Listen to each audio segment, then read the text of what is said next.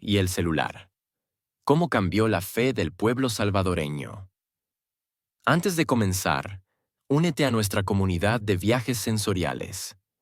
Hoy te invito a recorrer un camino distinto, uno que no se mide en kilómetros, sino en emociones. Vamos a descubrir, juntos, cómo cambió la fe del pueblo salvadoreño. En cada rincón de El Salvador hay una promesa, un silencio que se transforma en canto, una vela encendida que desafía la oscuridad. Aquí, la fe no se impone, florece. Florece en las manos que cocinan, en los pies descalzos que marchan, en la voz que reza sin esperar milagros inmediatos. En las colinas, los pueblos despiertan al sonido de los cohetes. No solo celebran al santo que protege la esperanza de seguir creyendo, también celebran incluso cuando el mundo cambia demasiado rápido. Cada año, la misma promesa se repite. La misma imagen recorre las calles, los mismos ojos la miran, pero desde otro tiempo con nuevas heridas, nuevas pantallas, nuevas formas de rezar. Porque la fe aquí no se discute, se vive, se hereda y se adapta. Quizá creer en El Salvador no sea solo un acto religioso, sino un acto de resistencia. Creer que el mañana llegará. Creer que, pese a todo, aún hay algo sagrado en seguir intentando. El tiempo cambia. La tecnología cambia. Pero en lo más profundo del alma salvadoreña sigue ardiendo la misma promesa. Una llama que no se apaga, aunque el viento del mundo sople más fuerte que nunca. Acompáñanos en este viaje, no para entender la fe, sino para sentir cómo la fe sigue reinventando al pueblo que nunca dejó de creer. Nuestros santos no son de mármol ni de oro, son de barro, de madera, de polvo y sudor. Caminan con el pueblo, bajo el sol, bajo la lluvia, entre los ruidos del mercado y el silencio del campo. El Salvador tiene una fe que no se aprende en los libros. Es una fe heredada, mezclada, mestiza.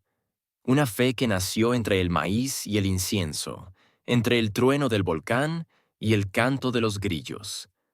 Aquí, el santo no solo protege, también representa. Es el rostro que nos une cuando todo lo demás nos separa. Porque en su mirada, cada salvadoreño ve algo de sí mismo. La religiosidad popular salvadoreña es una fusión viva entre lo católico y lo ancestral. Las procesiones son más que rituales, son formas de diálogo entre mundos. El sincretismo, esa mezcla entre santos, símbolos y antiguas deidades, demuestra que el pueblo no perdió su raíz indígena, la transformó en resistencia cultural. Por eso los santos están en los buses, en los taxis, en las paredes y en las redes sociales. Son el espejo cotidiano donde el pueblo se reconoce. La fe siempre ha buscado caminos para comunicarse. Antes fue el fuego, luego el papel, ahora el píxel. El altar se volvió pantalla y el púlpito, conexión inalámbrica. Hoy la oración viaja por fibra óptica. Las plegarias llegan a Dios, por notificación push. Pero entre tanto brillo, algo se diluye. El silencio, la pausa, la mirada del otro. La tecnología promete conexión, pero a veces solo amplifica la soledad. En los últimos años el culto se digitalizó. Misas en línea, cultos por Zoom, donaciones vía PayPal, retiros espirituales por WhatsApp. Las iglesias compiten por visualizaciones y métricas de engagement. Los sermones se adaptan a los tiempos del algoritmo. Frases breves, títulos emocionales, hashtags como Dios te ama o papá, milagro en vivo. La fe ya no solo se profesa, se comparte, se etiqueta, se monetiza. La espiritualidad entra en la lógica del mercado digital, donde la atención es la nueva ofrenda. La era digital convierte la fe en contenido. El pastor se vuelve creador, el sermón, post y el testimonio, reel. Lo sagrado corre el riesgo de diluirse en la estética del like.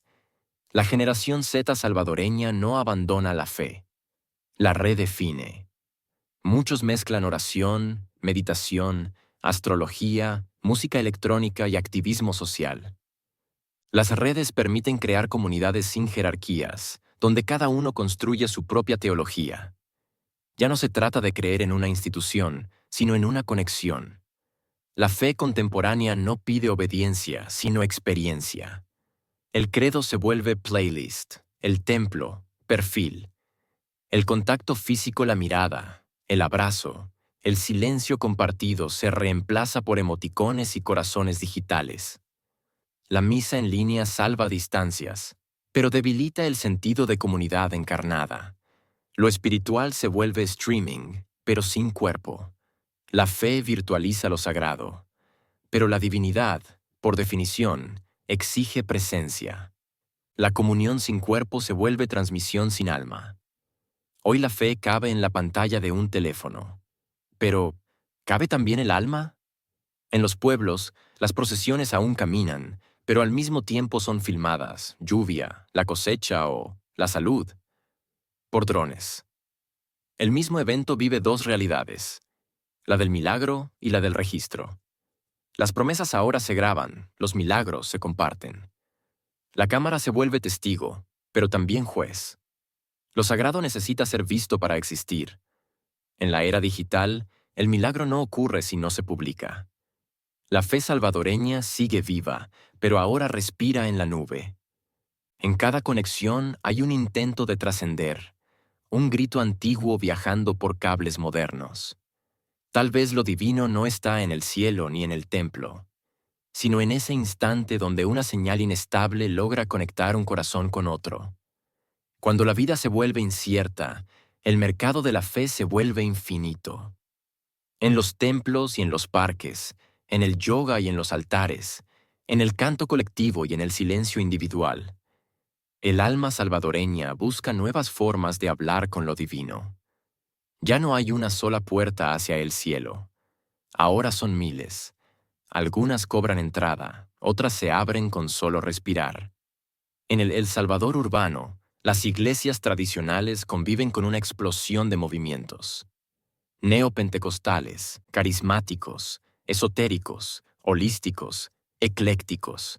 La espiritualidad ya no depende de una institución, sino de una experiencia personal y emocional. La espiritualidad como respuesta al caos. En un país marcado por la violencia, la pobreza y la migración, la fe se convierte en refugio emocional. Las promesas son contratos con la esperanza. Cada iglesia, cada rito, ofrece sentido a un mundo que ya no tiene certezas.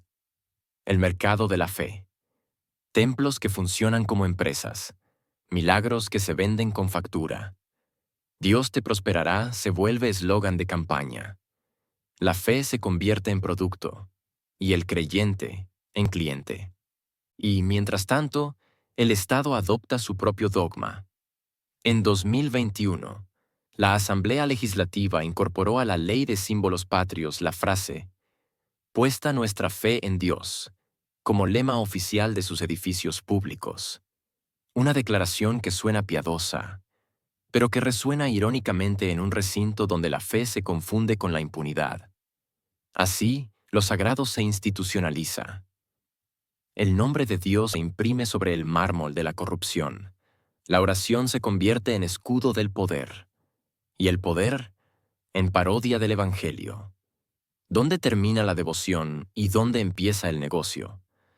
Cuando la salvación se mide en donaciones, la espiritualidad se vuelve un espejo del sistema que decía rechazar. Desde la antigüedad, los gobiernos han usado la religión para legitimar autoridad y construir obediencia moral. En el siglo XXI salvadoreño, la estrategia es más sofisticada. Se adopta el lenguaje de la fe como parte del marketing institucional. Fe, Dios, milagro, prosperidad, luz, vocabulario emocional que reemplaza el debate técnico o ético. El mensaje político se reviste de espiritualidad, pero su finalidad es terrenal. Controlar la narrativa pública. Las iglesias neopentecostales y carismáticas utilizan la lógica del mercado. Target. Fieles en crisis. Producto: milagros, bienestar, prosperidad económica. Estrategia: testimonios, marketing digital, merchandising. Precio: el diezmo, la ofrenda, la suscripción mensual. En el nuevo capitalismo espiritual, Dios es CEO y el creyente es accionista de su propia fe.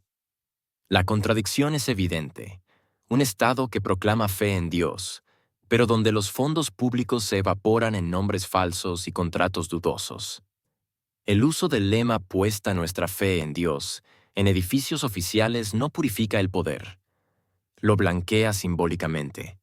Es el gesto del político que alza una Biblia con una mano y firma un soborno con la otra. En un país donde lo sagrado se usa como maquillaje del poder, la fe popular, la verdadera, se resiste a ser mercancía. Porque la fe del pueblo no tiene cuentas bancarias, ni eslogans, ni ministerios. Esa fe, la que no se vende ni se firma, sigue viva en el silencio del que ora, en la vela encendida del que espera justicia, en la lágrima del que pide sin recibir. El documental no acusa a la fe, sino a su instrumentalización.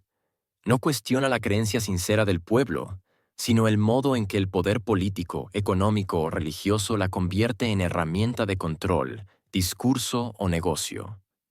El verdadero conflicto no es entre religión y modernidad, sino entre espiritualidad genuina y manipulación simbólica.